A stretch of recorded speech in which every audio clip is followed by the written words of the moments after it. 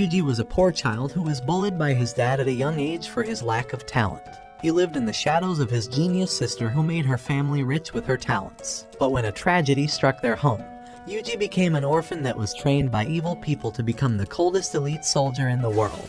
His journey, however, was one of the coldest anyone has ever had to witness. His parents always neglected him because he never had the same talent his sister Kazuki did. At a young age, her sketches would marvel her father and her talents exceeded that of famous artists, allowing her to win numerous art competitions and have her work sell for millions of dollars. Yuji grew up avoiding his little sister because everyone made fun of him when he was with her. Kazuki wanted to fill the void her brother was feeling, so she became the only person who would play with him and even teach him how to throw balls. They would spend time together, and his sister supported him through everything, encouraging him to reach for his dreams because he had extraordinary potential. She was the only thing that ever brought him joy and inspired him to become like her. Even the bad drawings he would create, she would treasure them to boost his confidence. Their father, however, continued mocking Yuji's work to the point where Yuji destroyed his own work from embarrassment.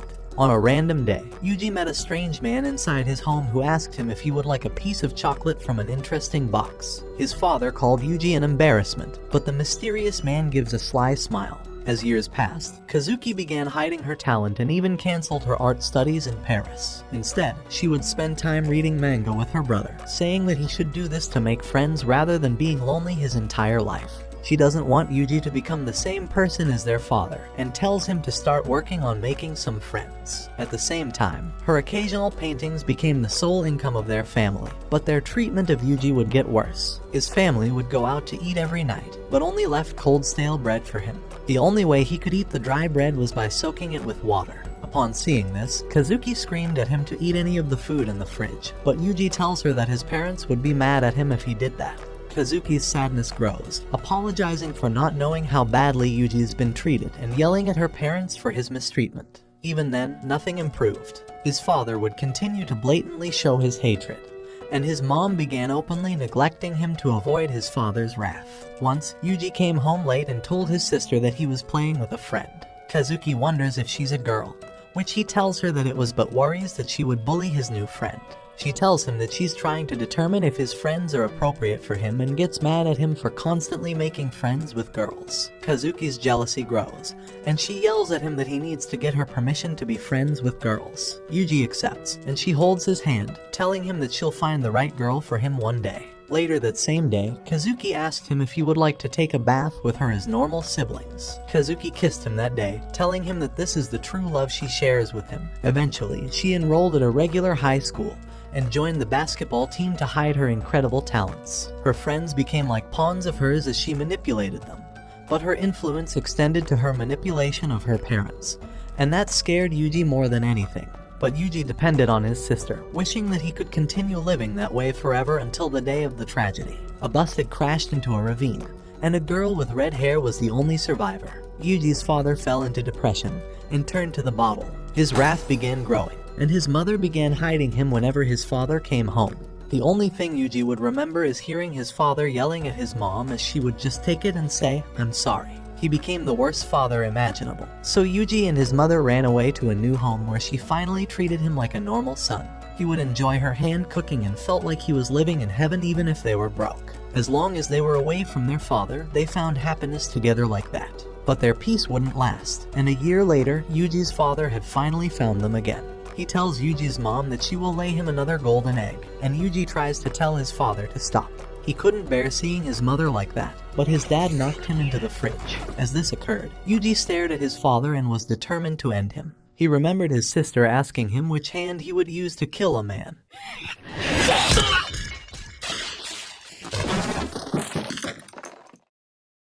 He comforts his mom, and she asks him how far they should run this time. She tells him to run first and that she will join him afterward, giving him her entire life savings. She tells him to run to the train station, and tells him good luck doing it on his own. Without a second thought, Yuji obeys his mom and runs to the train station. But hours pass and he begins hearing the ambulance sirens. As Yuji heads back to his home, he finds that his father had been slashed and enters his home, only to find that he would never be able to talk to his mother again after that day. His consciousness faded, and he later woke up inside a hospital with only a note left from his mother. She asked him for forgiveness, wondering where she went wrong, and wishing that he could keep living on. With nowhere to go as an orphan, the mysterious man, Rei, became his guardian and began dressing him up as his little sister. But Yuji attempted to ignore his harassing guardian, as he now had walls where he could eat and sleep in. Nights passed, but on one of them, Rei's bodyguard came and was ready to harass Yuji, but met his doom by Yuji's hands. Rei came in, surprised that Yuji was able to follow through with it, and congratulates him on defending himself as he should have. Yuji asks if Rei is mad. Rei told him that he will make him into a strong tool, and sent him to his military compound to train him. His days were spent becoming the coldest soldier, and he happened to be Rei's favorite pupil. But that only caused the other kids to keep bullying him. There was only one person who was kind to him, a girl named Marlene who had no memory of her past. She would treat him and even save her food for him, and he thought that she was the only person he could rely on.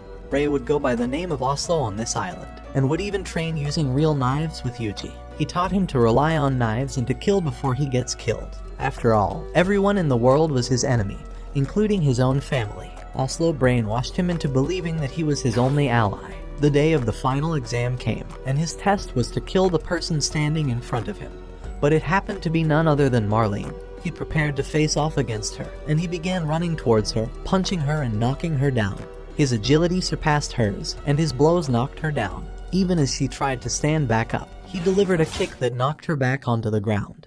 But his memories of his mother being hurt by his father began flashing in his head. He remembered the images he saw that day, and his mind began shattering during the match. Marlene used it to her advantage, and kicked him down, standing on top of him and smiling. She began punching him, and Yuji believed that this was all to pay for his sin of ending his father. Before he knew it, Yuji had lost and became a disappointment for Oslo. Inside the jail cell, Marlene comes in to treat his wounds, crying and apologizing for hurting him because she wished she hadn't done that to him.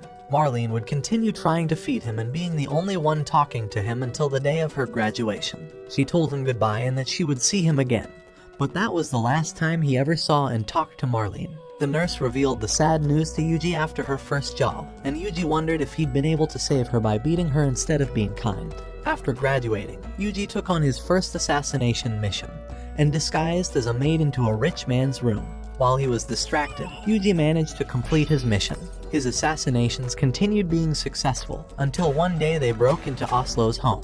The law enforcement destroyed all of the people standing in their way, and nearly cornered Oslo after destroying all of his security. They discovered an underground passage and a steel door that guarded it. After blowing it up, the only thing they found was a white-haired child sitting inside, and Yuji's white hair fell off. Masako looks at the boy, realizing that she's found something interesting. Oslo was able to escape through the water. Masako decides to take Yuji with her to Japan, but JB decides to follow her along because she needs to supervise the two of them. Inside the hospital, Asako commands him to get out of bed within the next 40 seconds. She hits him in the head and continues threatening him, so JB yells at her to be more gentle with the kid. But Yuji has never experienced kindness and wouldn't know how to respond, so Asako treats him like garbage and tells him to cut this out.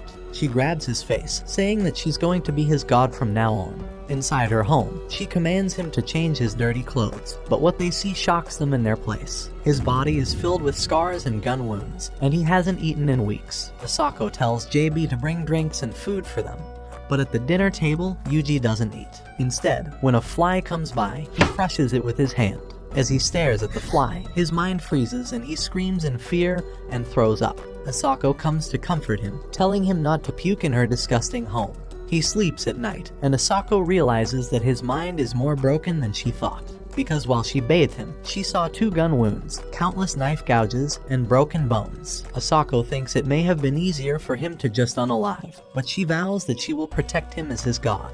The next morning, Asako is sitting on top of Yuji attempting to force him to eat, but Yuji begs JB to save him. Asako tells him to quit sweet-talking the dumb blonde because she's so lonely and stupid she'll listen to anything. You're a victim!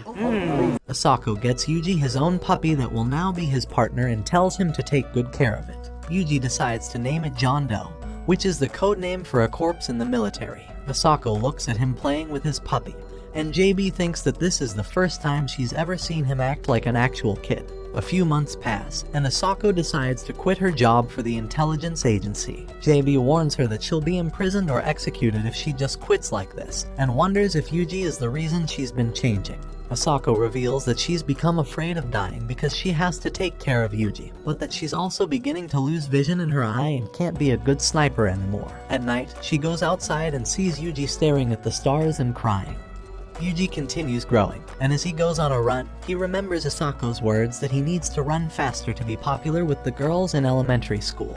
As he continues growing, Asako tells him that running isn't enough in middle school, and that the bad boys who are capable of fighting are the ones who get girls. She begins training him to toughen up, teaching him to be a person who is strong and fights for the right reasons instead of using his strength to harm others. She teaches him to use whatever he needs to win, so he calls out for his dog to bite her. Finally, she teaches him that fighters are only popular in middle school, and that girls only like smart people in high school. Asako makes him read all kinds of books, whether it's manga or non-fiction, telling him that she'll buy him everything. After all of his reading, he finds Asako cleaning her gun while smoking. She asks him if he's ever fired one of these before, and takes him to the wilderness the next day. He fires his first shot from 300 meters and completely misses. However, he's determined to get it in the next shot, and Asako promises him a present if he does. He aims and fires, hitting the target. As promised, Asako gives him a case with the number 9029, which was her agent number. This sniper rifle will be Yuji's from now on. However, she tells him that he needs to follow his path without ever giving up.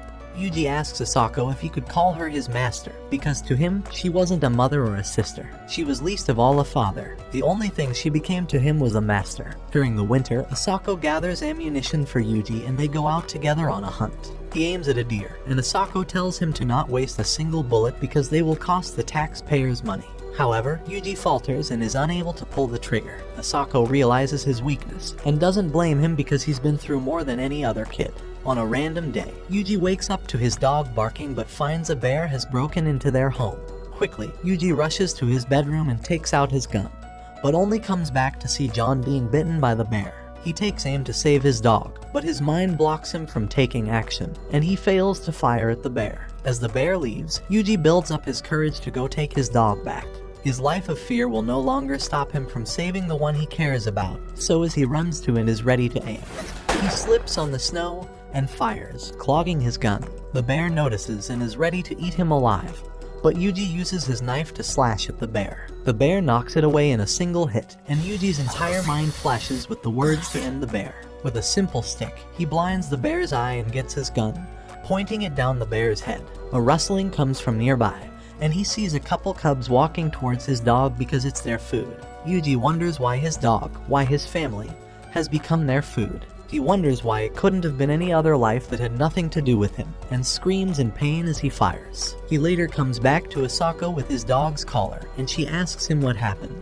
Yuji couldn't kill the bear in the end, and tells her that no matter how hard he tried, it was no use. She hugs him to her chest, telling him that it's okay. They spend the sunset burying his dog's collar, and Yuji wishes he could be as strong as Asako so that he can die happily. Asako tells him that his life isn't just some meaningless excuse until he dies, and that she knows he can't kill anything unless she gives him a direct order. However, she reminds him that his food and shelter are all given by the taxpayers, so he is indebted to making sure he can protect them. In the old days, Asako tells him that he wouldn't have been able to die until he's killed 10 enemies. But now, he must save 5 people. She tells him that it doesn't matter if he's too weak to pull the trigger for his own sake, but that he should never hesitate when pulling it to save another's life. A few years pass, and Asako reveals to JB that Yuji has completed plot development.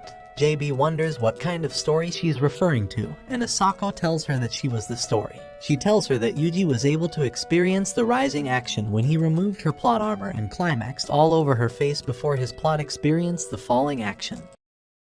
JB yells at her for doing something that she should have never done, but Asako tells her that's why her plot will never be developed. After all, they're a man and woman who have been living together for 2 years. Yuji remembers being in the shower with Asako and her asking him when his birthday was. Yuji told her that today was his birthday, so she asked him what he would want for his birthday. Yuji tells her he wants a nicer guardian.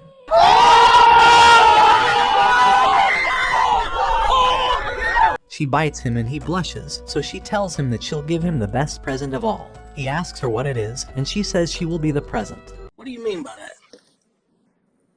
That was how his first time went, and JB asked if they've only done it once. Asako goes on to say that they've completed plot development every single day since. Yuji comes back with the ramen, and JB pretends like they weren't talking about anything because she's afraid Yuji hurt them. Asako tells her that this is why she's never experienced a climax. She asks her to give him a try because she's trained him well, and tells her to have a few drinks in the meantime. After a few bottles, Asako calls to give Yuji a special mission. Now that JB is completely wasted, she wants Yuji to give her a good time. He pulls her to the bedroom and doesn't let her go. He calls her by her first name, and instead of eating the meaty dinner he was preparing, she ends up getting devoured by his meaty rifle. A few more years pass, and Asako's health begins declining. Yuji notices her hands are shaking whenever she begins drinking, and begs her to stop because she's all he has left. No matter how many times he asks her if she's sick, she would lie to him and tell him that she wasn't. But he noticed something was wrong with her body. She began zoning out more and more, and her health began causing her to miss work. It got so bad that when she got a call, she was unable to even answer the phone, so Yuji had to pick it up. On the other side, an agent was commanding Asako to respond to the current mission and invoking Article 9, causing her to be imprisoned if she refused. Because of her current health, Yuji began taking on her jobs. A few days later, JB asks Asako why she hasn't been talking to her on site, but Asako admits to her that she wasn't the person doing the job. JB yells at Asako for having Yuji take her jobs the same way Oslo forced him to, but Yuji insists that it's his decision because he wants to one day repay Asako. JB worries that Yuji is getting carried away by Asako's lifestyle, but Yuji insists that this is the way for him to find meaning in his life. JB yells at Asako and takes Yuji outside, firing bullets in her ceiling as she's leaving. Over the river, Yuji reveals that he told Asako that he wants to be just like her, and wonders if JB knew Asako's response. JB tells him that Asako probably wouldn't want two of her in this world, but is happy that she has Yuji looking up to her. She asks him one final time if this is the path he wishes to tread, but he tells her that this is the only way he could ever repay the debt he has for them. After they leave, Asako tells him that he's going to America to attend military school. A big black man asks him what he's in this shithole for, and Yuji reveals that it's because he ended his parents. This startles him, but Yuji says he's just joking. After being certified, Yuji tells the man that he should buy his own shoes if he doesn't want athlete's foot. The soldier wonders how he knows this, and Yuji reveals that he's been a soldier since he was a kid. But the man thinks he's just joking. In the bedroom, the man calls him an Asian boy, but Yuji tells him he's Japanese and introduces himself as Yuji. The man mocks him and calls him Eugene because he looks girly, but Yuji corrects him and tells him that his crazy music is making him a deaf moron. The man takes it in good sport and introduces himself as Danny Boner because he has a big black Danny calls Yuji shorty and Yuji gives up. The next day, the commander slaps Yuji in the face because he's raised by Asako, so he should be grateful and honored by the slap. What? During training, Danny lags behind and asks for Yuji to wait up, but he tells him to stop all the smoking.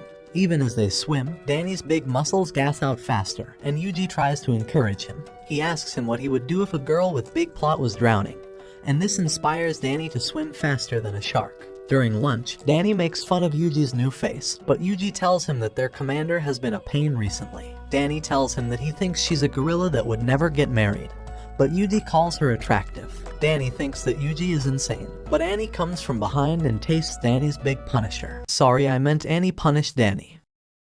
During range practice, Yuji shoots every single bullet on point, which surprises the commander, as Asako, the best sniper in the world, was the only one who used to accomplish such a feat. A girl hears their conversation and oversees Yuji being awarded first place in sniping. She comes up to him later at night asking him to talk with her. She introduces herself as Millie, and Yuji wonders why pushy women are the only ones he gets. Next to the swimming pool, he restrains her after she punched him until she apologizes. He recognizes her as the second place sniper and asks her what she wants.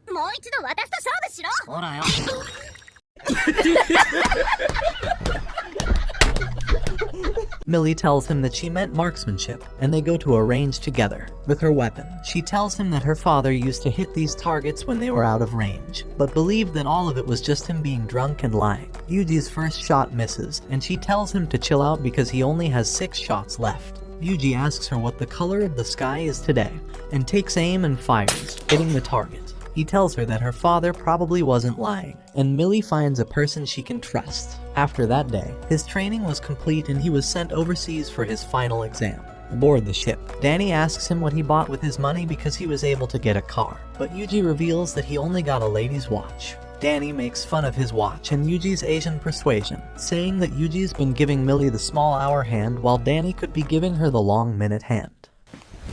Emotional damage! Millie hears his vulgar language and kicks him. While they argue, a random weirdo is playing a dating simulator with his little sister and loses his mind as she takes her plot armor off. They wonder how he's shamelessly doing this and wonder what language he's speaking. Yuji is cultured in this subject and knows that he must be a fellow man of culture from Japan.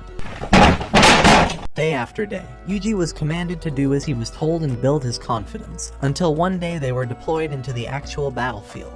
Inside the forest, Yuji looks at his squadron: a former car thief and thug from Arizona, a poor girl who used to sell herself in restrooms, an anime otaku who wants his sister, and finally, a sniper that can't kill anyone. They were the most useless group in the entire army, but Danny interrupts his thoughts and asks him if he would like to get that bird for food.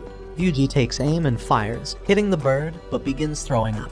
He wonders how he would handle killing a person if this is what a bird did to him. Inside their tents, they're introduced to their acting commander on the field. Their days of setting traps began, but one night, Yuji realized that enemies were coming for them. They get in position as the battle begins and Yuji fires to neutralize the enemy, but throws up after shooting.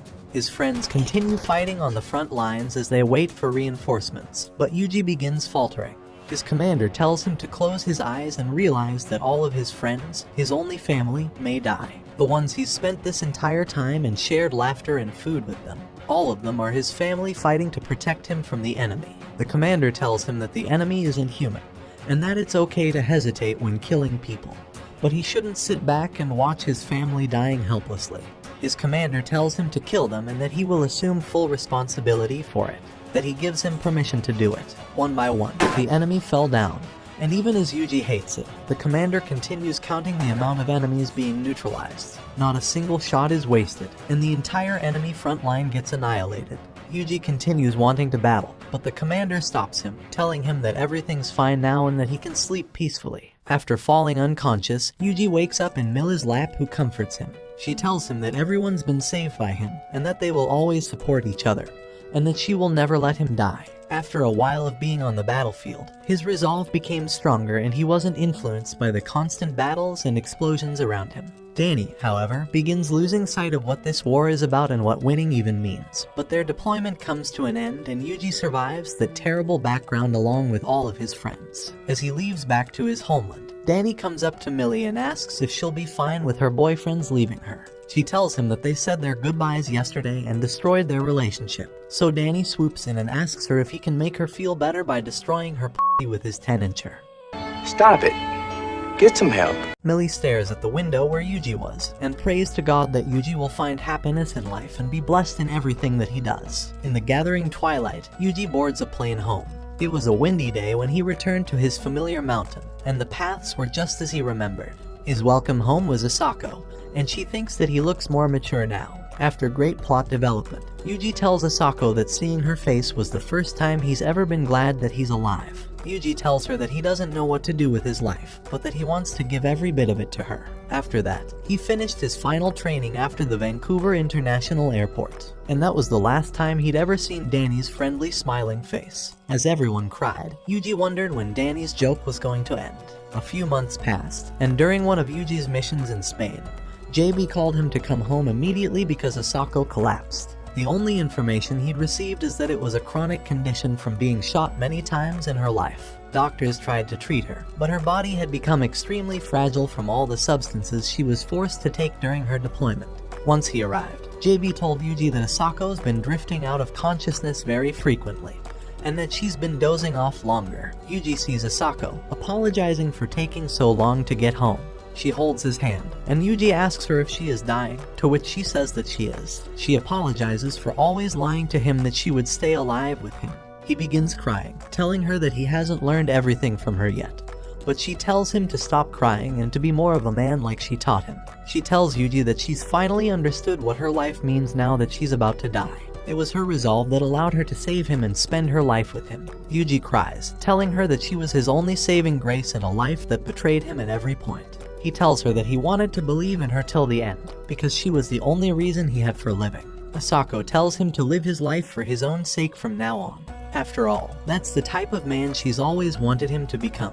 He tells her that he can't, and that he only survived because of her. Every time he was cold, she was the warmth he could turn to.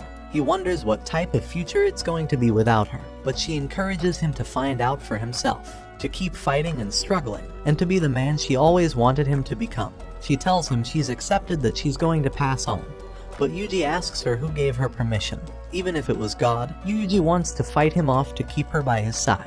Asako tells him to stop being so silly. He spends the rest of the time with her, and she tells him the stars are so pretty today. Yuji looks outside and tells her that the stars are very pretty today. Asako tells Yuji that she remembers him looking out at the stars and crying when he first came to live with her. She asks him what he was thinking about, but Yuji tells her that he can't remember. Asako laughs, telling him that she knew his response. She tells him that she's tired and asks him if she could go to sleep. Yuji tells her that she can go to sleep, and after that, Asako never woke up again. Her body was taken away by JB's subordinates, and Yuji tried to pull himself together by the time she was cremated. JB let him know that they found a bullet among the ashes, and Yuji thinks that it really befits Asako's personality. Weeks pass, and Yuji wonders if he would go to the same place as Asako when he meets his doom. But he will not allow that to happen yet, not until he's fulfilled his promise to Asako of saving 5 people. This is his only purpose left, but someday he wishes to see her again. Yuji sleeps on the floor for days, but JB comes to slap him awake. Staying in that cabin where Asako's presence still lingered was filling Yuji's head with thoughts he shouldn't be thinking of. So JB took him into her apartment to live with her. Living together, they would compensate for each other's wounds and supported each other, or at least they thought they would. During dinner, JB tells Yuji that he can ask for anything, and he tells her that he would like a better toothbrush because the current one is too soft. Flustered by this, JB asks him if he's been using her toothbrush this entire time, and Yuji tells her that she's been brushing her mouth with his long and rough toothbrush so it shouldn't matter. JB realizes how dumb she was and buys 2 more toothbrushes. Yuji apologizes, but she tells him that she should have expected him to be as crude as Asako. Sadly, Yuji became a thing that reminded JB of Asako, which bothered her, and neither of them knew how to connect with one another once that happened. She would stay up and ask him if being with her would remind him of Asako. She cried one night, apologizing because it's too difficult for her. As days passed, JB began coming home less and less. With all the time he was left with, he wondered if he should go on a journey. He remembered Asako telling him that if there's a path he doesn't know, he should stop and try to find his way through it. Even when making wrong choices, he should try to broaden his view and discover what lies ahead of him. She promised him that they would go on a journey together on her motorcycle, but she never made good on her promise. Yuji gets up, telling JB that he's going on a journey wherever the wind takes him, and promises her that he will come back. Yuji was surprised that she let him go so easily because she will be lonely at night, but drives on Asako's motorcycle.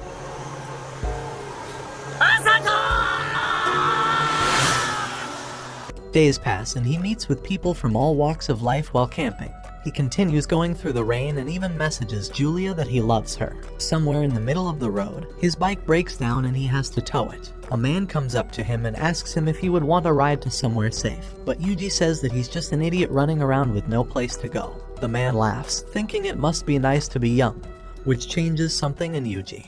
At nights, he wonders if being young is what he's missing, and emails JB that he's going home. He opens a drink to give to Asako's grave, and apologizes that he came back without understanding anything. Yuji apologizes for breaking her bike, but he hears Asako asking him if he had fun. He tells her that he enjoyed his journey, but wonders what he should do now. He feels like this journey has taught him what he's missing, and thinks that he needs to just take another shot at being young, and going to an ordinary school as an ordinary student. A few months later, however, Yuji was sitting in front of a criminal detective, who interrogated him about his identity, asking him if he's an assassin, but Yuji told him that he's just a student. An hour later, Yuji was released, and the sergeant apologized because they got a call from the Ministry of Defense on his behalf, commanding them to let Yuji walk freely. On his first day out, the principal greeted Yuji and began driving him to his new high school. But she wondered why he was arrested before his first day, so Yuji revealed that he was carrying a pistol in his backpack. Those words made the girl scream with her hands off the wheel, and Truck-kun was about to find his new isekai victims. But Yuji took control of the wheel and saved them from entering the whole genre. However, the girl had already pissed herself and nearly ran into another car before they arrived at the academy. This was the normal school he had wished for, and inside the gates, the principal introduced herself as Takabana. But Yuji noticed something was off. Even though it was a weekday, the campus looked like a ghost town, so the principal revealed that there's only 5 other students living on campus with him. But Yuji had one last question, and asked her if this was truly an ordinary school, so the principal told him that it truly was a normal school, but because of his conditions, this was the only facility that could accept him. When he got to the dormitory, a maid appeared behind Yuji and introduced herself as Carmine.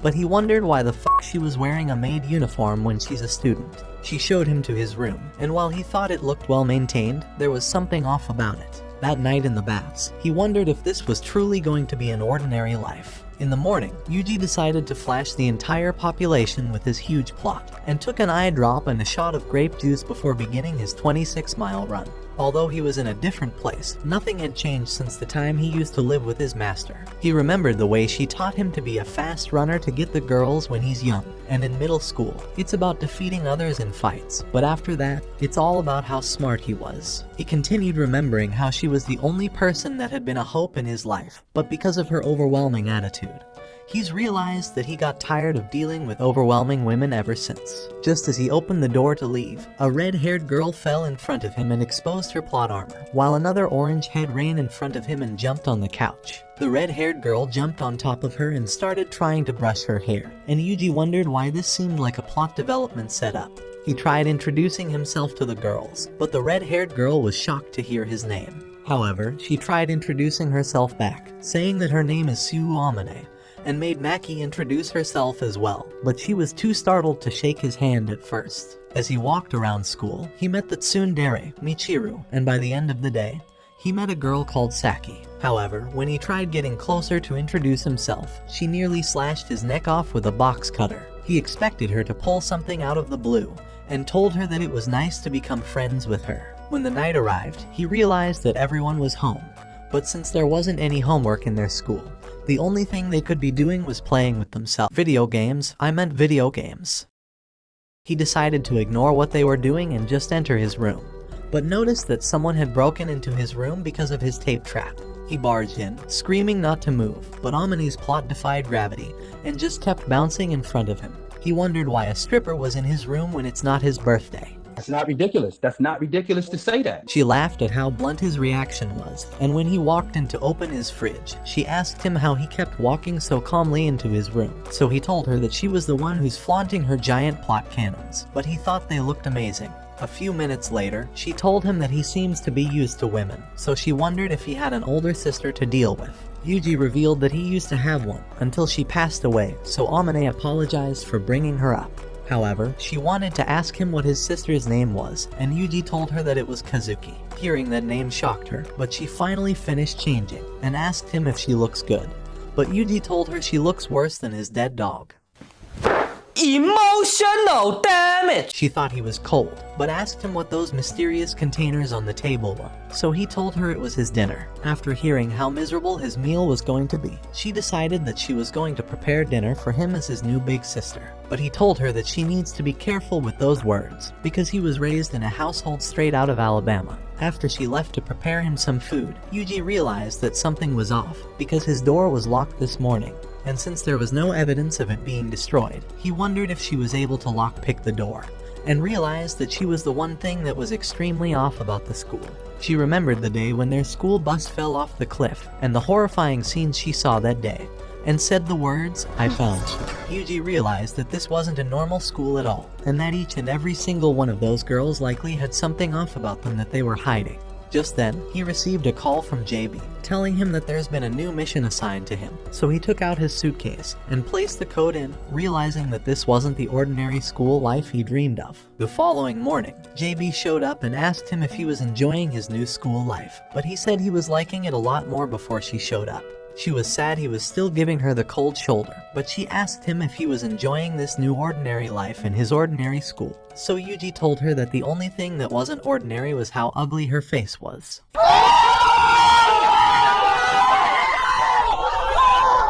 She told him to be careful or he might accidentally pass away, but he told her it would be better than seeing her ugly face every day. JB realized that his words just clapped her harder than he used to, so she decided to leave, and pulled the sickest drift as she drove away. When he got back to class, Amane asked him who the dumb blonde was, so he told her that she was just his boss from his job. But when Amane asked him what he did, he told her that he just cleans up garbage, so she could consider it to be dirty work. However, she sat down and told him there was something important she needed to know, asking him what his relationship with the blonde girl was. He called her stupid and asked her if he looked like the type of guy to have a girlfriend, but she thought he was a mystery. However, as long as he didn't have a girlfriend, that was all she wanted to know and walked away. Once she left, Yuji noticed Michiru was eavesdropping, but she told him it's not like she likes him or anything like that, and called him a baka.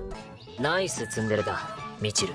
After Yuji's daily run, he noticed that Amane was trying to break into his room, but snuck away and tried listening to her. As she looked for him, she was upset that she couldn't give him a wake-up kiss, but he realized that she could just be playing dumb if she's noticed him by now. She began looking through his clothes and started smelling his shirt, thinking that it's going to make her go wild.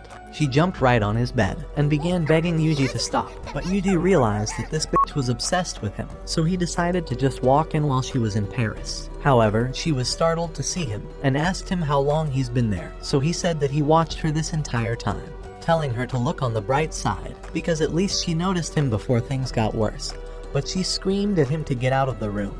Later that day, Amane sprained her ankle during gym class, so Yuji ran to carry her into the nurse's office. After treating her injury, Yuji began walking away, but she latched onto him and begged him not to leave yet. After getting tired of her, he told her to spit out what she wants from him already, so she asked him to go out with her. He asked why, so she told him because she loved him, and that it was love at first sight. She told him he looks hopeless, so she wanted to be the thing to help him keep living.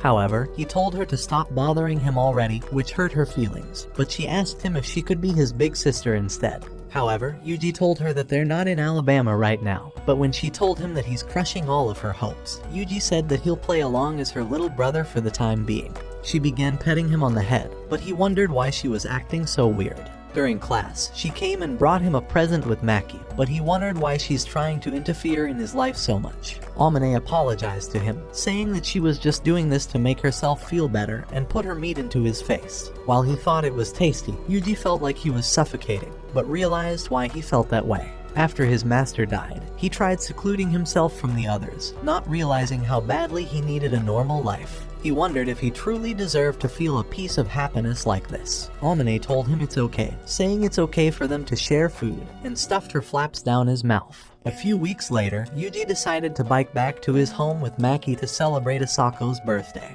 And when he got home, he saw that JB had left a portrait of all three of them, but he asked Maki to keep it a secret from the others. When the sun was setting, Yuji went to Asako's grave and said that it's been a long time petting John's grave. He introduced them to his new friend, Maki, and she thanked them for raising him.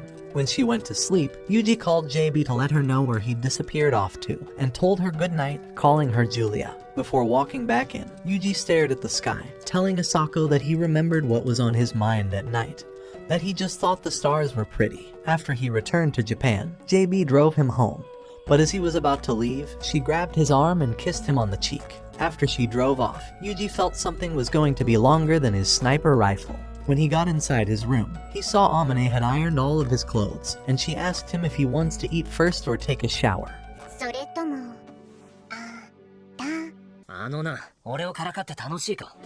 What did he say? He wondered why she's been throwing herself at him like this, so she confessed that it was just love at first sight, but he knew all she wanted was to develop plot on the first night. However, she had already prepared dinner for him, but as he ate, Amane got an email from one of the girls, and she asked Yuji what the fuck he's doing with the dumb lonely blonde. You got me.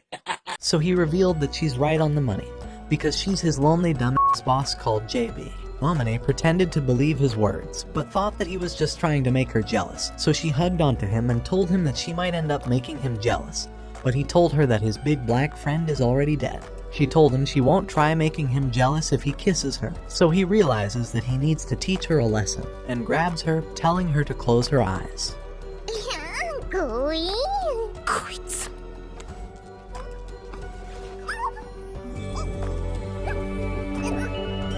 Amane pulls away and says that it was her first kiss. 奇遇だな。実は俺もだ。 Why the fuck you lying? Why you always lying? Oh my god. She calls him a liar, thinking he kissed way too good for it to be his first time, so he promised that he'll be more careful next time. However, she wondered if that meant he was going to kiss her again in the future, so he said that he wouldn't do something so reckless without being prepared to follow through. She wondered what he meant, so he confessed that falling in love with him was her choice, so he accepts those feelings. But he can't promise that he'll always be there for her. If he were to ever disappear or die, he asks her not to cry, but to forget about him within a year. She accepted his conditions, but asked him if he truly liked her, so he revealed that he doesn't understand his feelings because of his life, but he definitely likes her. She wondered if this meant that she's his girlfriend now, and when he told her that she was, she got on her knees. Her legs were shaking, because she was so happy that she's Yuji's girlfriend now, but Yuji called her a creep and tried helping her stand up. However, she told him that she's vulnerable right now, so he can develop all the plot he wants with her. But when he saw her hands shaking, he smacked her on the head, telling her not to get carried away. He confessed that he's never dated a girl before, but still didn't understand why she loved him this much. So when she tried saying it was love at first sight, tears began falling out of her eyes, and he wondered why she was crying. After a bit of silence passed, she revealed the school she went to, and asked him if he's heard the name Kazuki. Those words stunned him, and he told her that it's his sister, so she revealed that 6 years ago, the girls' bus fell off the cliff and all of the girls disappeared, but she was the sole survivor. He wondered why she's been hiding it all this time, so she revealed that she's known he was Kazuki's brother ever since she heard his name. But she couldn't tell him, so she got up and told him that there's something she'll show him. When she got back, she showed him a journal she used to write from back then, and Yuji opened it. On a sunny day, the girls' basketball bus was going back to school, but the tire went flat and Bus Kun was about to take Truck Kun's job to isekai more victims, so it fell off the cliff and was completely destroyed. By the time Amane woke up, Kazuki told her to get off already and handed her the glasses when they made it out of the bus. She wondered who they should save first, so Kazuki revealed that she'd start by saving the girl she hates the most, because if she saved her last, she might be too tired to bother saving her by then. Once all the girls were rescued, Kazuki tried looking for Signal, but neither of the girls had any connection. On top of that, the compass wasn't working. They were surrounded by cliffs they couldn't climb, and the only path left was a dangerous jungle. Back at camp, Ritsu realized that their teacher had a mild concussion, while Hiruka had a fractured knee, Sakurai was cut in the stomach, and Kanade scratched her head. Kazuki told her that she could treat them, and asked her to boil some water to close the wounds. As she prepared to do the stitches, Kazuki thought she'd start with Kanade first, because she has the most minor injury, so if the others pass away soon, at least she won't waste time examining them. That's not ridiculous. That's not ridiculous to say that. Amane wondered if she had any friends, but Kazuki said that she was her only friend right now. After treating all the girls, Kazuki realized that her own arm was cracked because she tied the seatbelt to brace for impact. The teacher finally woke up, and Kazuki tried explaining the situation to him. A piece of metal likely fell from the truck in front of them, which caused their tire to pop. Now that they were stranded away from the rest, the president suggested that they stay in place and wait for rescue. But Kazuki rejected that idea. They barely have any food and water, so they need to try and escape before they run out of resources. However, the president called her a moron for thinking she could survive in the mountains, so Kazuki apologized for overstepping. While Amane was gathering stuff from the bus, she wondered why Kazuki apologized. So she revealed that she only apologized because the president will be forced into admitting she's right. But Amane thought this was the worst time to be playing around with their lives. While all the girls camped for the night, Amane wondered what Kazuki was doing right now, so she revealed that she's reading a book. Because if she ever lays her eyes on a page, she can memorize all the words with her photographic memory, and read it anytime she would like. The following morning, Amane saw a girl throwing her phone up in the air to get some connection, but Amane thought they were absolutely screwed. As she traveled through the forest looking for Kazuki, she found her hiding in some bushes, but she revealed that she was just collecting some edible grass. After all, they might not be rescued within 3 days, but Amane told Kazuki not to run off on her own because she was worried about her. However, those words shocked Kazuki because she never thought a person would be worried about her. When she got back to camp, one of the girls told her to stick with Kazuki because she tends to sulk while she's alone. So she told her that if they're ever in an argument, she should just tell her certain words, and whispered them into her ear. Inside the tent, Kazuki and Amane began treating two of the girls who were injured, telling one of them not to scratch her wounds no matter how bad they got. From a river, they gathered some bottled water, but Kazuki told her that if she ever wanted to switch to pairing up with another girl, she wouldn't be upset with her. However, Amane remembered the words the girl told her to say, and confessed to Kazuki that she likes her the most out of all the girls, and asked her if she felt the same way about her, but realized that she was actually making her blush. She kept asking her if she likes her, and hugged her into the water. But before Kazuki could yell at her, she heard the sound of a helicopter, and all the girls tried screaming for help. However, the helicopter flew straight past them, but Amane had an idea, so she ran into the bus and slammed the horns, causing the helicopter to fly back, but the helicopter never returned after that. At night, Kazuki stayed up. When the third day arrived, the bodies of the girls had began rotting, so the teacher carried and buried them in the forest. But Amane wondered if help would ever come, or if they would end up meeting the same fate. While they picked flowers, Kazuki revealed that she has a little brother, but she's sad because everyone views him as inferior to her, and even her parents treat him like he's worthless. However, she told Amane that she loves him, but Amane began crying, because the only thing she wants to do is to go home already. Kazuki hugged her head, and promised that she'll do everything to get her home. On day 4, food was beginning to run out already, and day 5 was wasted because it ended up raining all day. On day 6, there was only 10 carrots left. But Rutsi realized that they were a carrot short, so Kazuki realized that someone could have stolen it. But because it'll cause paranoia, Kazuki decided to chop all the carrots up, and when they were all in pieces, she rearranged them to create 11 carrots, revealing that it's a famous puzzle. Amane started thinking that Kazuki's intelligence was scary. When day 7 arrived, the girls who were injured had lost all their appetite, but when the club president left the room, Kazuki apologized for not noticing until now. She's realized that Hiruka hasn't been eating anything because she was afraid of the others finding out she soiled herself. Kazuki spent her time trying to comfort her. As she sat alone, Amane wondered why Kazuki wasn't showing her that kind expression. But she snuck up from behind and saw an injury on her neck. Realizing she was upset, Kazuki promised that Amane is the girl she'll always come back to when things are bad. So when she saw that the bleeding wasn't stopping, she tried sucking out any possible venom.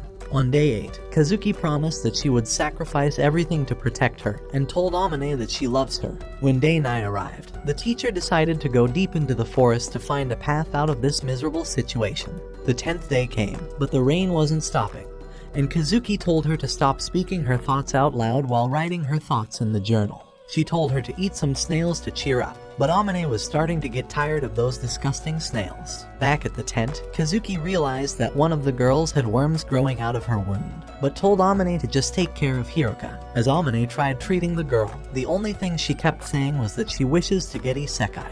During day 11, one of the girls had already began losing her mind, while another girl was getting sad because her dog was starting to come down of a fever. Still, the only thing that brought them hope was that their teacher might come back with help. But their hope was already thinning. They had already resorted to eating insects and drinking unpurified water, causing their stomachs to hurt all night. But at least when they slept, they could forget about all the pains temporarily. Komori's dog passed away on day 12. But instead of burying him, Kazuki suggested they eat him. Komori cried, but she also agreed with them. However, one of them had to butcher him, so Kazuki decided to do it. Although there was barely any meat, everyone cried that they were finally able to eat something. With this single bite, their lives were extended, and they would never forget that taste for as long as they lived. The cursed 13th day arrived, when Komori collapsed from eating a poisonous flower bud and never woke up. The injured girls are constantly in a delirious catatonic state, and all of them were already starting to give up hope. The only thing Kazuki could think of on day 14 was her brother, and Kazuki promised that she'd introduce Amane to Yuji if they ever got back. Just then, the teacher finally returned, glad that he was able to find his way back. However, all that meant was he failed. Hiruka passed away, and while the teacher carried her away, all of them had the same thought, but none of them dared speak it. After realizing how vile she'd become, Amane collapsed. Day 15 came, and it brought 2 more passings with it. But the only thing Amane could think was at least there was one less mouth to feed. All of them began wishing for the others to pass away, but the president came back, telling them that the teacher managed to catch a deer, so they should enjoy the venison steak to stay alive. Amane came to tell Kazuki that they finally got some meat, but she decided to pass because it might contain diseases that'll end her life. Seeing how Kazuki wasn't going to eat, she rejected the meal as well, so someone grabbed them. But that same night, Kazuki woke Amane up to show her that the president and the teacher were heading into the forest, so now was finally their chance to sneak out. She told her that they'll leave this place and make it home, but there's no time to explain, so she told her to hurry before anyone else notices her. She told her that she can't take anyone else with them, because they're all ghouls at this point. As they walked through the forest, Kazuki told her that she'll show her everything, and as they arrived, she told her to take a look. Amane saw a lot of wood because they were in the forest, but screamed when she laid her eyes on a student uniform, so the teacher realized that someone was hiding there. Immediately, Kazuki pulled her to get away, and as she ran, she realized that all of them weren't eating deer. The teacher continued getting closer to them like he's straight out of Attack on Titan. But Kazuki turned around and slammed his face away with her backpack, knocking him unconscious. Amane wondered if she was dreaming, but Kazuki told her that it's better if they stop thinking of their friends like they're humans. Sakuma appeared before her eyes, but she told her that she's a lost cause because she was already on their side, so Kazuki began running away. This was the world they're living in, the rule of this life, but Amane collapsed and began crying. Kazuki tried to comfort her, reminding her that she promised to save her from this horrible world. Another girl was screaming to look for them, and they saw that all the girls had teamed up against them, so Kazuki began trying to run away, but they were spotted. Amane tripped over a branch and couldn't stand up anymore, telling Kazuki to go on by herself. However, she gave her the backpack she was carrying, and left her a map to see the path for escaping this forest. Amane wondered what she was planning on doing, but Kazuki promised that they're going to meet again one day, and pushed her away, telling her not to look back no matter what happened. Amane started running away, and as she ran, she realized that Kazuki wasn't going to survive, because she'll sacrifice herself for a coward like Amane. When she turned around, she saw the way Kazuki was struggling, but she also saw her smile, as if she told her not to worry about what's going to happen, but to live on. Without any idea how many days had passed, Amane kept trying to survive, but promised not to eat the sweets inside the backpack, just in case Kazuki ever caught up with her and still wanted them.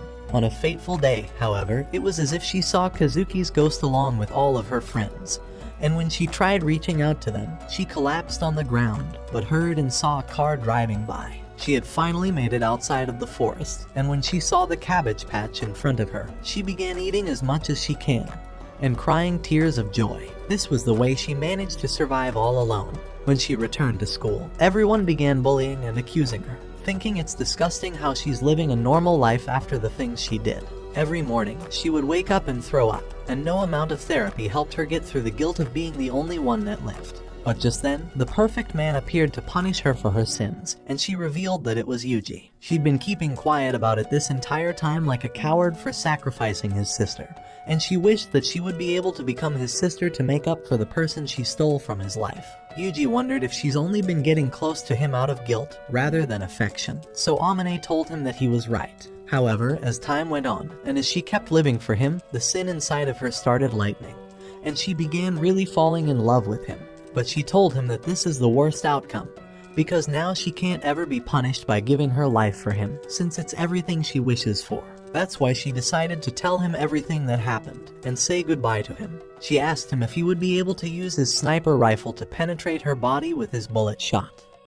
This was the only way she could be forgiven, so Yuji told her that he would take her life with his hands, but then smacked her on the head. He told her that a girl who can't take a tap to the head is too weak to be asking for such things, and he told her to stop apologizing. After all, he only had one sister, so he told her to stop acting like one, and told her to wait while he thought about what to do. He realized that no matter what the reason was, she's fallen in love with him, so he told her to get up, and told her that he'll make things clear. Everyone lives with a regret, and the words "forget about it" are useless in the face of the deep regret she's living through. He told her that she was willing to offer her life for him, so he told her that he accepts, and for the rest of her life, her punishment will be to live for his sake. He told her that he'll become her king and god, and that he wants her to stay with him forever. And if she ever disappeared, he'd hate her for the rest of his life. She hugged onto him, crying his name, but he told her that she looks ugly as f*** when she cries. Damn! She begged him to just let her cry on him, but he told her she needs to finish within 3 minutes, take it or leave it. The way Yuji saw it, this was the only way to save Amane. because if he can accept her knowing her past, then he hopes that one day she can forgive herself. But until then, he will keep giving her the punishment. When she calmed down, he asked her if she truly believes that Kazuki passed away. After all, her body had never been found, and if there's 10 people, Kazuki could definitely create 11 bodies, the same way she did with those carrots. While the idea may be far-fetched, there's definitely a possibility of her being alive. From the backpack, she showed him the note that Kazuki left over for where to meet if things escalated and they were separated. Yuji realized that it was Kazuki's plan from the start to have Amane escape alone, so Amane begged him to take her to that place. The following morning, Amane went off to buy some flowers for the graves, and some ugly man came up to Yuji and introduced himself as Sakashita, claiming he was a big fan of Amane because she was famous. The man said he's got big things to do, and started walking away. When Amane came back, Yuji revealed that he just met a very creepy fan of hers, but they began driving away. As they walked to the site, Yuji asked Amane if she was fine, but she told him that she's feeling a lot better since she talked to him about it. Eventually, they arrived at the marked stone, and Yuji dug up a thermos container, and when Amane opened it, she saw a letter hidden inside and began reading it. It said, "To my friend Amane, if you are reading this, then it's been a few years." In the letter, Kazuki revealed that everyone died of illness. Apparently, Hiruka's meat contained diseases that killed them all after eating them. Amane was the only survivor because she never ate her friend, so Kazuki thinks it's Hiruka's way of saving her for respecting her body. However, she knew that Amane was probably thanking Kazuki for risking her life, so as a request for saving her life, Kazuki asked her to help her brother if he was ever suffering. She told her that Yuji is a useless coward that is hopeless, but he's still her brother, and the only thing she regretted leaving this world for. Her last wish was for her to watch over him, and she hoped that they'll meet again if she's still alive, calling her the best friend she'll ever have as long as she lives. She wondered if this meant Kazuki could still be living, but Yuji didn't know either. However, he did know that the letter was definitely his sister's. The memorial site now had a path for where they could have went, but Yuji told her that it's not like anyone could have known where to go. Amane got on her knees and confessed that she'll never get past this, so instead of apologizing, she promised to thank all of them from now on. But Yuji noticed that one of the names was Sakashita. When they started walking back to head home, Amane received a call from one of her friends along with Yuji, but they heard a creepy man's voice over the line, and he said that he was the girl president's father, revealing that he's come to punish her. He made all the girls hand their phones over, but one of them left Yuji on the line for him to hear them. After he hung up, Yuji noticed his phone was still on, so he began driving home and requested support from JB and the rest of the agency. Amane wondered just what type of hitman Yuji was. Back at the school, the shooter saw cops sneaking around, so he began trying to shoot them down. The SWAT team surrounded the entire building, and Yuji finally arrived with Amane, but she was shocked to see the type of people Yuji actually worked with, remembering the dirty work he talked about. However, she was determined to save her friends. With the school having high walls, and with no tall buildings nearby, sniping was going to be extremely difficult. But Yuji knew of a single spot where he could lure him to, the ventilation system in the bathroom. He said there was a lighthouse that was 900 meters away, but this was going to be their only option. She told him that he's only going to have a 10-centimeter field of vision, but he revealed that it was actually 15. When she heard those words, JB realized that he was the legendary person who shot the bandit from a kilometer away 4 years ago. It wasn't Asako. However, the only way they could lure him there would be if he uses the second urinal, but Yuji knew there was a marine among the girls, so he was going to use her. While they all waited, Maki saw a blinking light coming from the lighthouse and realized that it was Morse code for destroying the right urinal. Immediately, Maki began pretending like she needed to go to the bathroom, but Michiru asked her to come along. Saichi told Yuji what just happened, and he thanked her while taking aim from the lighthouse. Inside the bathroom, she wondered how to break the urinal, but the man kicked Maki into Michiru, and she ended up falling on the toilet and breaking it with her head. Once he confirmed that it was destroyed, the man told Amane to hurry and get inside already, so when she was about to go inside, Yuji told her to bring as much water as she could, and make the man drink. Eventually, she entered the room and tried giving the man some water, and after downing 4 bottles, he told her that his daughter was torn to pieces while she still goes walking around with her friends. He told her that the only way for her to repent would be to either shoot her, or have all of her friends be shot. She told him to hurry up and let her friends go free, but when he got closer, the man knocked her head with the back of the gun, and started throwing her around. The man wondered what she's been eating, and as Yuji heard her scream, His phone ran out of battery and turned off. He asked JB for the status, but none of them had any idea, so she asked him if they should infiltrate. But he told her that he's going to continue waiting. The man dragged her to have a tea party, but Yuji kept waiting. The creep shoved her into a stall and told her to wait. He walked up to the toilet. 少し水分を取りすぎたようだね。今から狙撃する。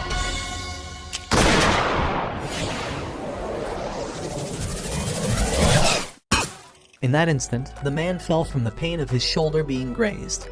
But Amane ran away with the gun. The cops entered the room, and the girls were all rescued while he was getting dragged away. After putting his sniper away, Yuji noticed the 10-centimeter field of vision he fired from, and asked Asako if he's gotten a little closer to her. He walked back to JB, who told them that they were all safe. The principal congratulated him on his hard work, but he told her that even if this school isn't ordinary, this is his school, and he went to see all the girls, who hugged him. That same day, a giant police ship was tailing an unidentified yacht, but a man came and shot the ship down, along with the helicopter that was tailing.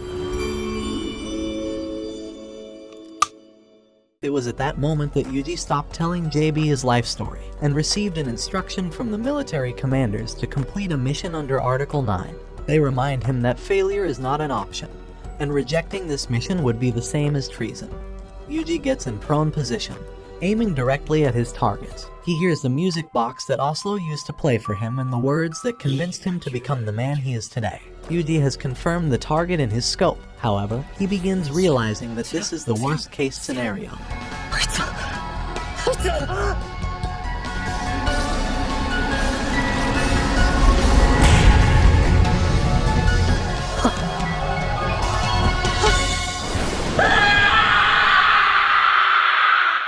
On the night when Amane managed to escape her classmates, Saya and Ritsu were holding Kazuki down before she managed to punch Saya's nose. But before Saya would strike her back, Minori came and told her to not kill Kazuki, because she was their only hope of still surviving. Just then, Chika came screaming at them to find Amane, but Minori noticed the blood on her face, and realized she'd been eating the dead bodies of the others. After hearing those words, Chika collapsed onto the ground, wondering why she's always getting blamed and never liked by anyone. As Minori tried to comfort her, Chika saw the knife beside her and stabbed her friend before she collapsed. But when Kazuki ran to try and save her, she realized that her body was already lifeless. Before Chika could explain, Haruna came looking for Minori, telling her not to sleep outside or she would die from being too cold, but saw that her lifelong friend was already dead. As she wondered what happened to their promise, and who would cut her hair from now on, she saw Chika was the one holding the knife, so she slashed her shoulder down before pushing Kazuki away. Just then, the teacher finally arrived, and before Haruna would end Chika's life, the teacher picked up a stone to save her. As the other girls lost their mind, Kazuki saw Chika's wound and knew she needed to stop the bleeding immediately. So throughout the night, she managed to patch her up. But by the morning, Kazuki realized that their teacher had gone missing ever since he killed Haruna. However, Chika begged Kazuki to care for him, so after she agreed, she found him digging up a grave for the other girls.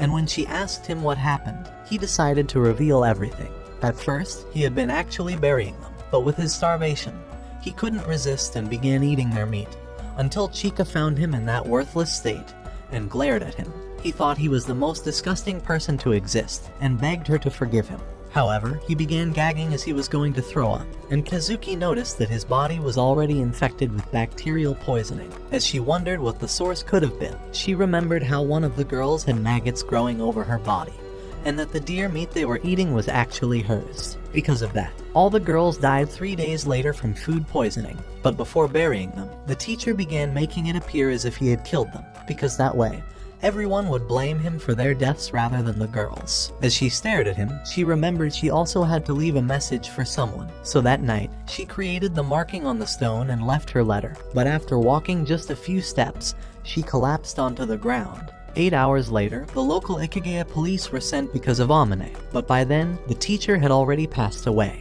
However, Kazuki was still alive, and was sent into a hospital under the CIR influence, who realized they found the brain for the Thanatnos project. For the next 3 years, her body was integrated into the AI system along with several other girls. After Yuji had failed his mission, an agent said it was time to get rid of Yuji, And a few hours later, that same agent pushed him into a room locked with a steel door. From around him, a light emanated, and a few pillars ascended, with a familiar voice telling him that it's been a long time. And a hologram appeared, shocking Yuji for seeing his sister that he thought was dead all those years ago. At the same time, the girl saw the news claiming that Yuji was a serial killer on the loose, and that he was going around killing innocent victims. A few minutes later, the principal came, saying that Yuji didn't want any of the girls to look for him, but that their school would be losing all their funding, so they would have to shut down the school, leaving all the girls shocked. As they began packing up, Sachi revealed to the others how awful his closet was, and inside, they found all the messages he'd been writing about them on the walls. However, one of them stood out more than the others, and Yuji had written that he'd killed too many people, so the guilt was now making him want to pass away. After all, Asako felt she was allowed to die after saving him, so he believed it was also his turn since he'd saved 5 people, and wondered when his day would finally come. As the days continued passing, the girls realized they couldn't live without Yuji, as he'd somehow been the only thing that made their lives normal. So when their final day at school came, they all decided to save Yuji, and began trying to live on their own. Inside Yuji's jail cell, Kazuki explained that the Art Association had placed a $100 million insurance plan on her brain, so because her body was beyond recovery, her brain was used to develop this supercomputer. However, Yuji didn't believe it was really her, so he asked her what her favorite food was. Yuji. This is a sickness of the highest order. He wondered why she didn't reveal her existence sooner, but she told him that they don't have enough time, and asked him if he was ready to sacrifice himself to this country. After Yuji agreed, she told him that Oslo had smuggled a new type of nuclear bomb, one so powerful that just 3,000 milligrams would be enough to destroy all of Japan, and their goal is the Thanatos system. After all, she had the power to control all communications in the world, but Oslo offered to stop his pursuit of the system and withdraw, only if they were to surrender Yuji's body to him. However, Yuji didn't know why he was that important to Oslo, so Kazuki revealed the truth. During the Design Soldier project, many qualified candidates were given a synthetic drug to develop the perfect super soldier. But out of all his comrades, Yuji was the only one to survive past 2 years. Because of that, the only one who could save the world from Oslo's plans was Yuji, but he knew he couldn't do it alone. At the same time, the girls had managed to find an abandoned ship to live on, and while they were eating dinner, Michiru received a call from an unknown number. All of them thought it was Yuji, but the voice introduced itself as one of the personalities of the Thanatos system, and told them that she would be able to help them save Yuji starting tomorrow, before hanging up right away. However, Amane felt that she'd heard that voice before, but couldn't remember where she'd heard it. The following day, she called them once again to tell them the plan, but at the same time, Travis asked Oslo why they were doing all this for a former agent. So Oslo revealed that no soldier could exceed him, because even the clone they created was nothing but a coincidental success, and they still need his full genetic code in order to fully replicate him. On the other side of the country, Kazuki told them that Yuji was going to be traded to Oslo in 3 days. But before then, they needed to gather $100 million. Irisu thought they would need to sell Michiru, but Kazuki told her to think about it calmly, because no one would buy her worthless body anyway. You're a victim! The first thing Kazuki made the girls do was have Sachi create a bank account, while Irisu practiced sniping. At the same time, Amane began driving on every street of the city to study the layout, but she continued feeling as if she'd heard Thanatos' voice before. A few days later, Michiru came back from traveling across the world, saying she met some sketchy Nigerian prince who sold her some stolen phones, and used them to open an Indian scam center. With all the money she made, she eventually bought a yacht and traded it to some 3 random losers, but none of them knew that it was actually JB who was the buyer. While JB's massive cannon stared at the beach on the screen, she saw a message from Thanatos saying that Yuji's health is deteriorating. Inside his jail cell, he was placed inside solitary confinement for 3 days, but the only word he kept repeating was Asako. Eventually, the day of Yuji's transportation arrived, and Irisu ordered the hotel room on the highest level. When she was inside, she created a strip with defibrillators to clear the glass, and her job was to snipe the vehicles carrying Yuji. From underneath the building, Kazuki led Amane to a bulletproof pickup truck and had Sachi buy the compounds for creating non-lethal explosives and tear gas. But for Yumiko, she created 6 backup plans, saying that she might be erased soon, so she would need Yumiko to lead the team when she disappeared. On the other side of the country, Millie was seducing some worthless pilot inside a bathroom stall. But as soon as he undressed, she knocked his ass out cold, telling him no hot girl would want his worthless ugly simp ass, and walked off. At 5:48 p.m., the guards were ready to transport Yuji, and a few minutes later, 3 vehicles began traveling towards Oslo's ship. But as Irisu aimed towards the vehicles, a rogue vehicle appeared and began firing at them, before 3 others appeared and eliminated all of the soldiers, and hijacked the vehicle carrying Yuji. As Yuji woke up inside the car, Travis told him that his new wristband was a nuclear bomb, and it would detonate with the slightest increase in his heart rate, or if the timer went off, so he had no choice but to meet Oslo. From above, Irisu was able to lock onto the target and fired at a test toy, so for her next shot, she promised that she would bring back her father home, and fired at the vehicle, destroying the engine with a single shot. A few seconds later, she managed to hit the second car's engine along with the third, and while they were all immobilized, tens of gas canisters appeared, and Sachi began walking inside the fog. While the guards were all blind, she began eliminating them one by one, before rushing to clog Travis's weapon and knocking him out. When she found Yuji, she told him that she was here to save him, and from the dust, Amane came inside the pickup truck, and when backup arrived, she began speeding backwards to avoid them. From Sachi's skirt, she took out anti-armor explosives and threw them onto the cars before they were able to escape. Inside of Oslo's headquarters, he heard Travis apologizing for losing the valuable merchandise, but Oslo was glad he was able to get his job done, because with Yuji's bracelet activated, he had no choice but to come back. A few hours later, Kazuki told Amane that Thanatnos would be deleting her soon, but from outside the car, a helicopter appeared and began firing at them. As she began speeding away, Michiru nearly fell off the car, but Yuji managed to catch her in the last second and tried to maintain his heart rate low. However, Kazuki told them that she brought a backup, before their connection was erased. With nowhere to dodge, all the girls tried to protect Yuji, but from the other side of the cliff, a helicopter appeared with Millie inside, and she began firing at the one tailing them until it destroyed its engine, sending it launching down. A few hours later, they made it to a hidden location, and JB made it to the center of the Thanatnos system, where a platform ascended from the ground. Inside of the device was Kazuki's body, and after it was revived, her brain was integrated back along with her consciousness. Together with JB, they began driving towards the ship she bought, and Kazuki called Amane to give her the signal. Inside of an abandoned tunnel, Amane began speeding towards the end of the dam, and activated the rockets attached to boost them forward. After they managed to go full speed, their car launched out of the dam, and barely landed onto the ship. Even so, they were all safe, and Yuji managed to keep his heart rate under control. But when they saw Michiru struggling to swim, they thought it would be better if they let her useless ugly ass drown. That's not ridiculous. That's not ridiculous to say that. Just then, a massive submarine appeared beside them, and once it landed, a latch opened, revealing Kazuki from the inside. After getting on the ship, Amane wondered if it was really Kazuki, and asked how she was still alive, so Kazuki reminded her that she promised to meet her again one day, and that she kept true to her promise. Amane ran towards Kazuki, crying as she hugged her close. At the same time, Yuji woke up inside one of the cabins to his old lieutenant. But before he could talk to him, some ugly blue-haired chick told the lieutenant that Kazuki was calling for him. Once he was gone, the girl introduced herself as CIA agent Zoe Graham, and asked him if her last name reminded him of anyone. However, when Yuji said that it didn't, Zoe told him that her husband once accidentally hit a poor girl on the road.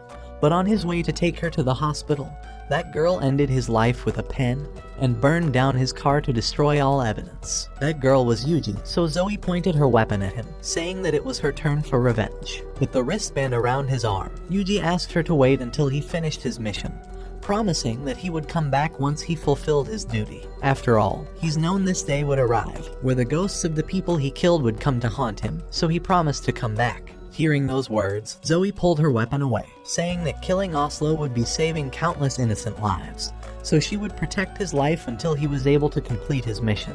Outside the cabin, Kazuki told the principal that this submarine would be part of their new school, along with the island that Yuji owned.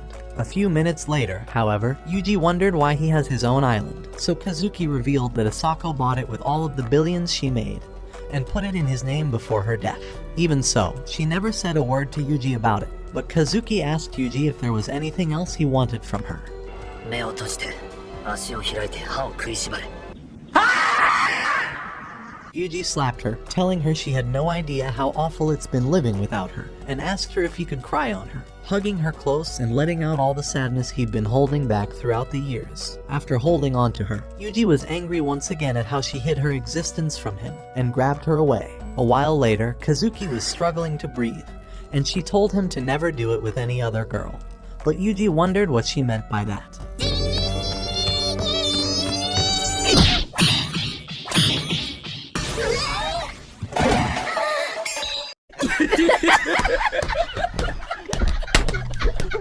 Millie wondered why he fisted her face, but Yuji apologized, saying he meant to hug her instead. Amane began screaming at Yuji for punching a girl, but Millie told her to keep her ugly ass out of their relationship, and all the girls wondered if she enjoyed 50 Shades of Grey. Once everyone was gathered, Yuji told them that he would be facing off against Oslo while they went to the island, but promised that he wouldn't die. After all, he had a home to go back to. But before he could leave, Michiru said she wouldn't go against him, but her eyes turned green, and she said she would give him a good luck charm. All of the girls wanted to be the ones to taste his rifle first, and they began beating her ugly ass up. But luckily, Kazuki didn't see anything. Before leaving the submarine, JB told him not to fight against Oslo, saying that even Asako wasn't able to defeat him. After all this time, she revealed that 6 years ago, Asako was one step away from eliminating him, but he had grabbed a gun and fired at her when her guard was down. Eventually, that wound was the reason she ended up developing the disease and dying. But even so, Yuji knew this was even more of a reason to eliminate him. As he walked away, Yuji swore that he would be coming back, but JB couldn't hold back her tears. After boarding the helicopter, Kazuki said they will be eliminating the Thanatnos system before Oslo could reach it. And since it was currently in emergency mode, its only power source was the backup air farm. So all they needed to do was cut the sub-oceanic cable to delete the system. As Millie flew him towards Oslo, she wondered what he's fighting for. So Yuji said that he doesn't want to be the type to run away from his duties, because in order to create change, he needed to become the change he was seeking. On top of that, if he couldn't beat evil without becoming evil, then he swore to become evil itself. At the same time, the girls had finally located the cable's location, and sent off Michiru into the ocean since no one would be missing her ugly ass if she died. Next to Oslo's naval base, Yuji noticed a man who had no idea about the evil he was involved in, or how many innocent people he'd helped kill. Still, Yuji knew he was no different, but because they were the same, Yuji knew it was his duty to stop him. 俺も帰ってきたぞヒース・オスロー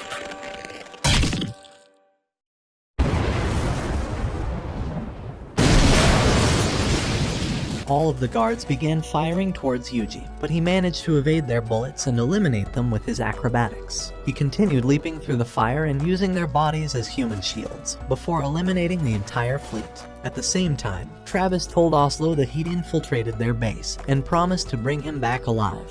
Once he was gone, Oslo told Yuji to hurry, because there's a girl waiting for him. Through the darkness, Travis realized all his communications were offline, and saw that all of his comrades had already been eliminated by a single kid.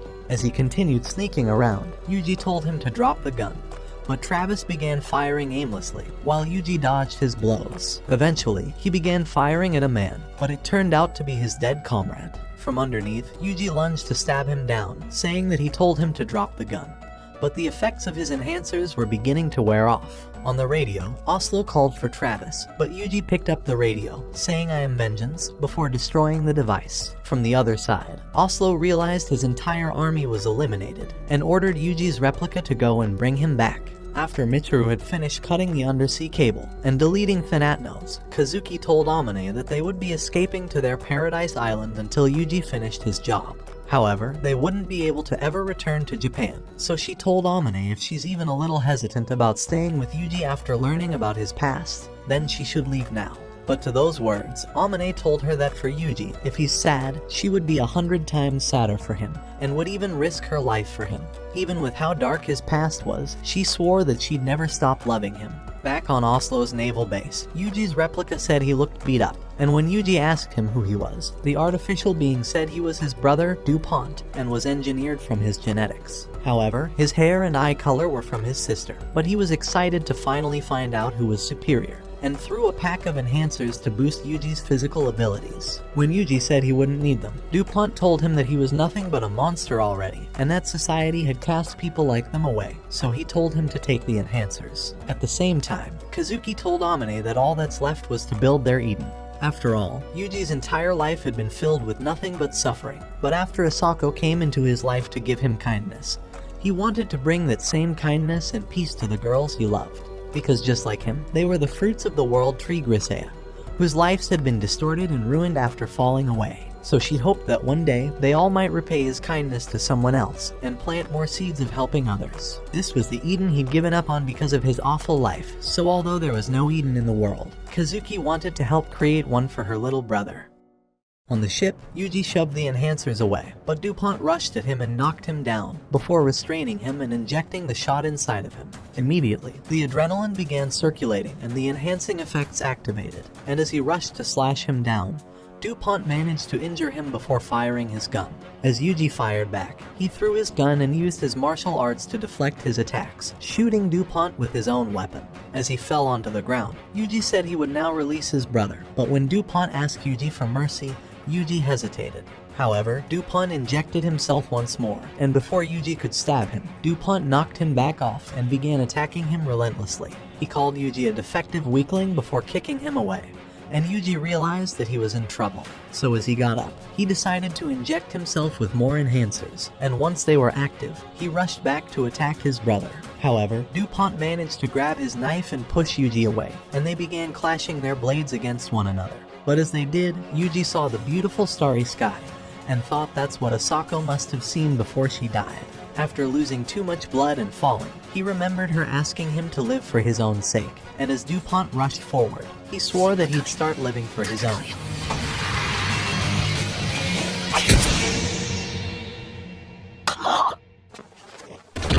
名乗るのが遅れたな。俺の名前は風見雄二。よくよく覚えて地獄に行けば、通りもいいだろう。 A few minutes later, he made it to Oslo's room, and Oslo was proud that he raised one of the greatest assassins. After all, DuPont was the most expensive military tool ever developed, and he went on to reveal that DuPont's mother was none other than the girl Yuji used to love as a kid. However, Yuji said that he didn't need more reasons to kill him, and began rushing with his blade towards Oslo. After dodging his attack, Oslo reminded him that he had 5 minutes before the bomb exploded, so his only hope of surviving would be to get the keys from him. After drawing his blade, he told him this was the same blade Asako used to kill Travis's older brother, and thought it would be amusing to kill him with his own master's sword. As he rushed forward, Oslo kicked him away, but Yuji narrowly dodged being slashed down.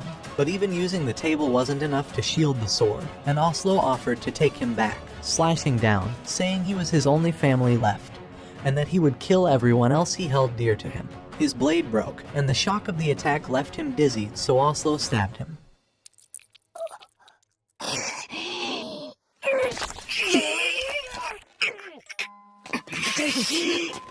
人を殺すのに銃はいらない。どこにでもあるボールペンで十分だ。あんたに教わったことだよ、オスローさん。 After finally killing the last ghost of his past, the ship began exploding, and there were only 2 minutes left before the nuclear bomb went off. However, Yuji continued struggling forward, but realized that he lost his escape route, and with all the bombs exploding, he felt Asako's presence looming. 行け、ユージ。行きよ。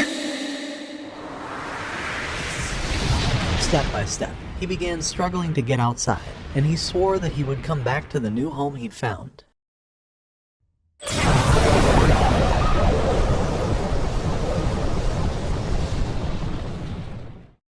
2 years later, all the girls had been enjoying their lives on the island, and the principal came to tell them that their new school was finally finished. At the same time, they wondered where Yumiko was, but she was sitting next to Yuji, and she was angry at him for disappearing for an entire year. However, he told her that after the explosion, he was left paralyzed for 11 months, but since he somehow managed to escape death once again, he thought that it was because he wasn't allowed to die yet. But to those words, Yumiko told him that even if God wanted to kill him, she wouldn't allow him, shocking him after hearing those same words once again, and she asked him to live for all of their sakes. A few moments later, all of them gathered to take their school opening ceremony photo, even though they would go on to spend their entire lives running.